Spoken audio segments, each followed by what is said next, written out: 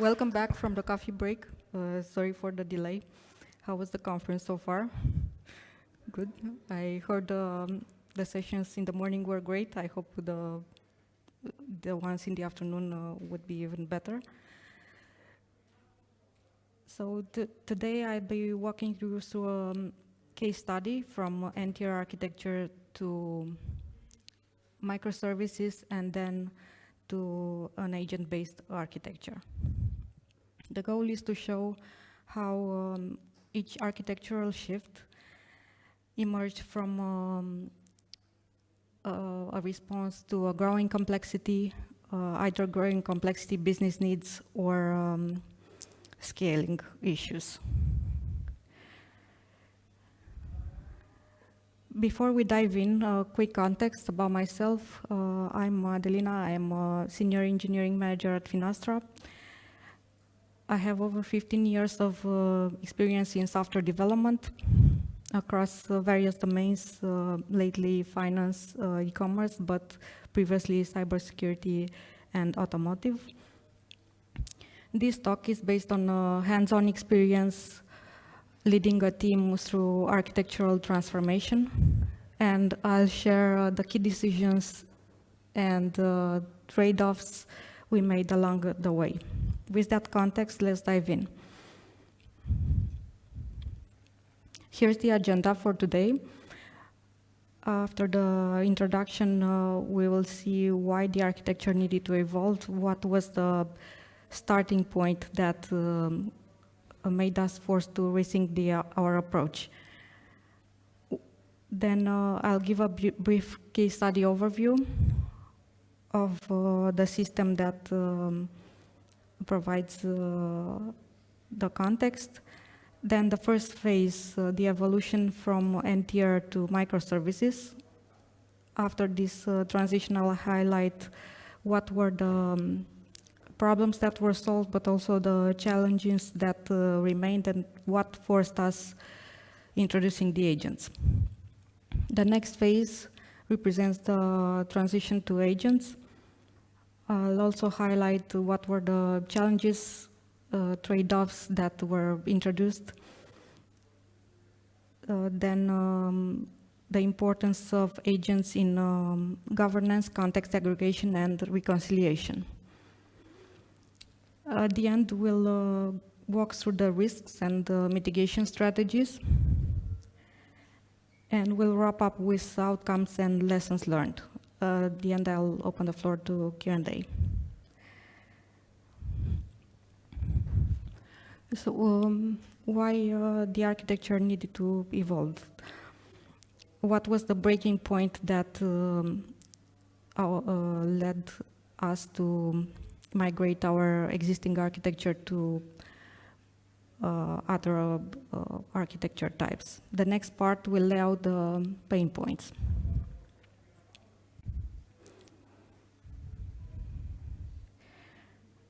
I've identified 6 pain points. The first one is the first one is data consistency. Since we have multiple sources of databases, besides the architecture that I will show, this is only one part. There are also other backend systems that have their own databases. So this data, especially in pricing, needed to be consistent. Second, the tight coupling. This is a topic borrowed from solid principles and DDD. Actually, all of them aligned with other architectural patterns. The third one, the slow development, since there were multiple teams that had to be aligned on different features, it made the feature development become slower. After, then there was a growing operational complexity. As the system expanded, monitoring and debugging became harder. Also, the releases became larger and with higher risks.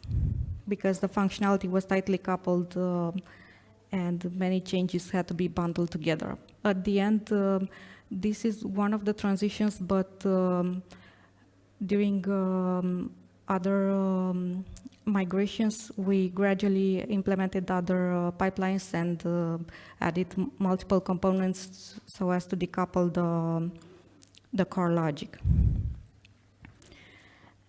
And the last point, the scalability issue, none of these services could be scaled independently. And all of these pain points made the case for decomposition. The next part, we will see how we approached it, starting with identifying the right boundaries. Now that we covered the why, let's look at how the actual system looks like behind this transformation. The case study is based on a software as a system SaaS platform where the architectural challenges came from day-to-day delivery, scaling, and operational needs. Let's look at the high-level infrastructure overview. Here we can notice that, first of all, that this is a hybrid SaaS system made up of cloud components, but also an on-prem part, the legacy API. The workflow starts from the user interface where customers interact with the platform. From there, the requests are sent to the web app, which hosts the main web applications.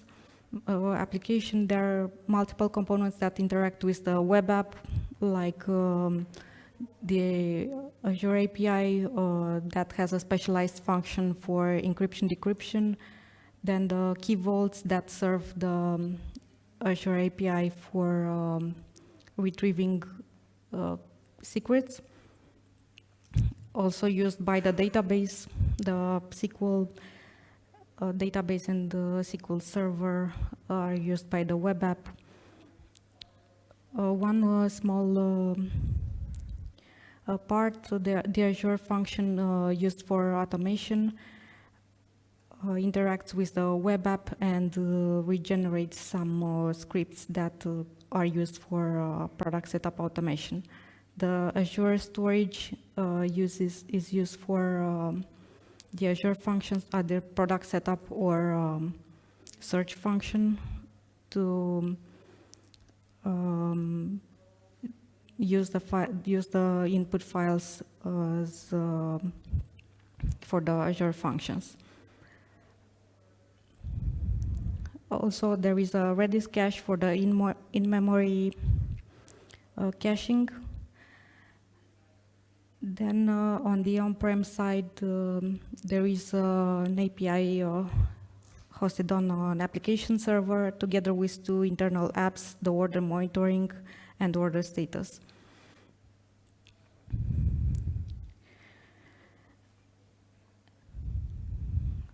Let's see what are the architectural layers as part of this entire system.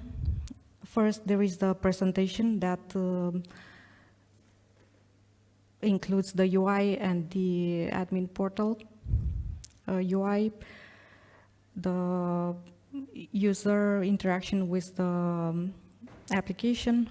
Then the application layer includes the application workflow, the core business logic, and the API orchestration. The next system that we can identify, the domain services, where we extracted the product and product preview and pricing services. There are other core domain services that are a pipeline for decomposition. The automation layer, it becomes more important as it creates the bridge between domain services and integration. This layer includes the setup service, then later on the governance agent. After we introduce the agents, the integration includes the ACL, the anti-corruption layer, which I will explain later in detail. But first, the two APIs, the legacy APIs, the Azure API and external systems like payments. And the last layer is the data layer that includes the databases. Let's look at the database strategy that we used for the first migration to microservices. The core owns the Azure SQL. The microservices own the independent service DBs. There is an anti-corruption layer concept introduced by DDD so as to isolate the downstream system with the legacy system. And this way, if the legacy system evolves, the forefront can evolve independently. The next point, there are no shared DBs across domains. Each domain should have their own database. Also, there are no cross-service database joins. This means if data is needed from another domain, then it needs to be done through a defined contract. This is the same diagram as we've seen earlier, but from a different perspective. The focus here is not just on the components themselves, but how they interact. The system included cloud components, API, on-prem components, multiple databases, and monitoring tools, but the responsibilities are tightly connected across layers. The business logic, data access, and integrations were not clearly separated by the domain. The consequence would be changes could ripple across the system, data could become inconsistent, and scaling would become more difficult. The next two slides zoom in into the diagram further. Here we can see only the Azure components, the web app, SQL database, Azure functions. The challenge here is that the components are not fully separated by business capability. This made the development slower and increased the risk of regression. Then the on-prem side of the architecture, this includes the application server that hosts 3 applications, API, order status, and order monitoring. And there is an ACL component on the Azure side that communicates with the API. Let's look at the first data flow. As we've seen the static components so far, but this is the main flow where the user opens the browser, performs some various operations. Then the API performs those business logic updates, read or writes into the Oracle database. Then the response is captured back to the application, and a web app executes the business logic associated with that operation. At the end, the user is informed about the API response. Let's look at the first transition from NTR to microservices, how to identify the boundaries. How many of you are a part of a transition to microservices or have done this transition? Okay, a couple of people, that's good. Have you finalized the transition, or is it like...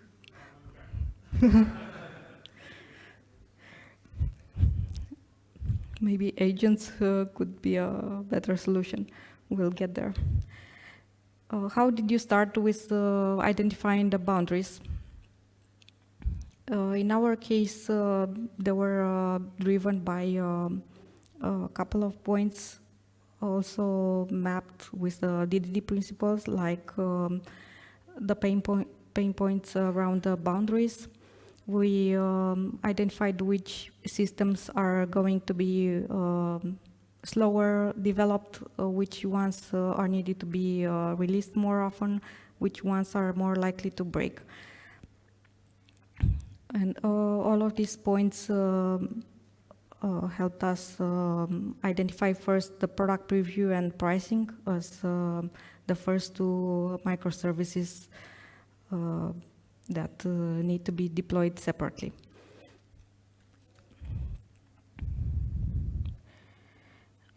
The bounded context and ownership, in general, the bounded context would map to a certain domain, and domain, it's almost one-to-one to a microservice. Here we identified the core that has the Azure SQL database. After the extraction, the pricing service has dedicated pricing DB. The product preview has a dedicated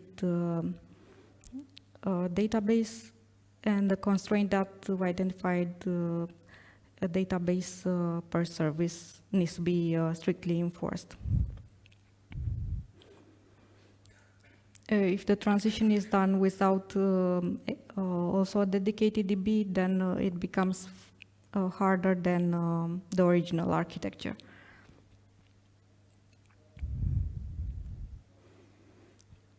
That's why we identified the pricing model by aggregating the fields from the different databases that are needed for this transition, and group them in a new model.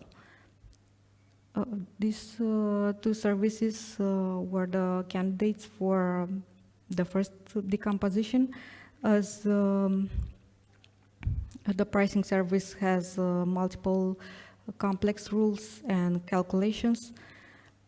The product preview, on the other side, it has a different reason, like the read heavy UI operations that are specific to this functionality.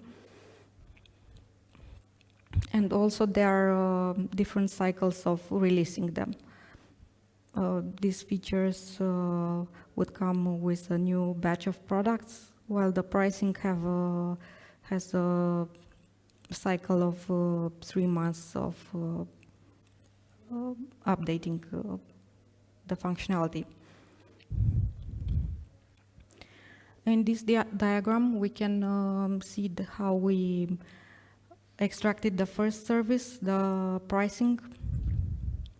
Although the web app on the left, the pricing logic was part of the existing application flow, and all of these components, web app, marketplace, business logic, pricing logic, all of them are bundled together.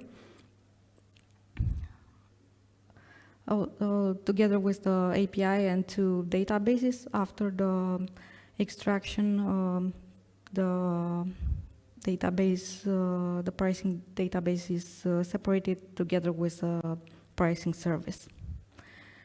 This is the target architecture after the extraction. We can see in the diagram there is a microservice runtime that includes the product preview and the pricing with their own database, and the existing components, the shared functions that we saw earlier that are useful for the other components. And within the web app there was no lower level diagram. There are other components such as core business logic, core platform services, and an ACL. After the transition to microservices, this is the target architecture. Then let's move on to the transition to agents. The pricing is still is extracted, but we noticed that there is a need for other functionalities that are not covered by these two services. Since there are multiple data sources, as I mentioned in the beginning, it made sense to create a data aggregation agent that collects all this pricing data, then serves as an input to the next agent, governance and reconciliation. After the data is cleaned and validated, it can be used by the pricing service. This is the target architecture after adding the two agents. We use the same Azure container for deployment as the microservices. However, there was a second option to use Azure functions for each of the agents. They don't have an orchestrator as we only have two agents, but in the future we might need an orchestrator as well. Currently they run in sequence.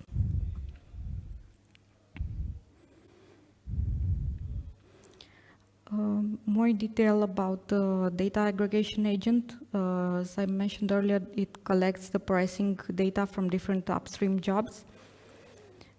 The role is to bring the data into a standardized schema, so as the next layer, the governance layer, could approve or validate and approve the data.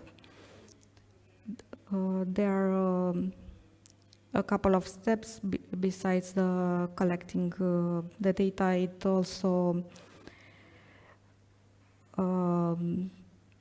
identifies what were the gaps or if there are any errors in the data sources.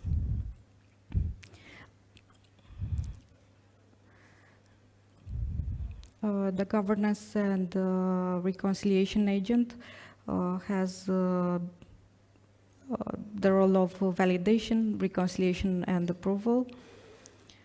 It has these 3 steps before passing the data forward to the pricing API. At the end, if the API is activated, then only afterwards the data is sent to the pricing API. It also resolves conflicts between sources. The key point is that it becomes a control point between this data and production pricing. Here are some of the data flows that we discussed earlier. The pricing data is validated through these stages after the agents run. They run continuously for identifying the gaps and removing errors, but also they are event-driven. They are triggered if there are pricing updates, for example.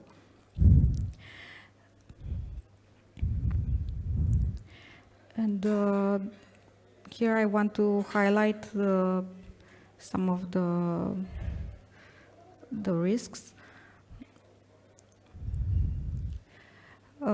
We identified 2 groups of risks, the performance and the systemic complexity. And for each one of them, we identified a mitigation strategy. After the agents are introduced, there is a multi-agent coordination that needs to be carefully planned. Here the highest risk has the legacy dependency because that was mitigated by adding an ACL. And as a strategy for observability, we introduced correlation IDs and tracing across all layers. We also maintain an ADR, architecture decision summary log, where we listed all the decisions that were taken and the reason for implementing them. So we included the API gateway, database per service, and ACL. To wrap up, I've covered some of the outcomes after the migration to microservices and agents. There is a stronger data governance, clear ownership across services. And as lessons learned, it's best to have the governance in mind when you start the design and have clear ownership and boundaries. There is an opportunity to extend this approach by decompositioning more services, then adding more specialized agents, end-to-end automation. Actually, this wasn't even in the roadmap at first. I've introduced it with a POC and then convinced that it needs to be on the roadmap. To summarize, there are four main outcomes. Each service and agents came with more defined responsibility, reducing coupling, and the system became easier to reason about. So I'll wrap up, and if there are any questions, I'll be around here. Awesome.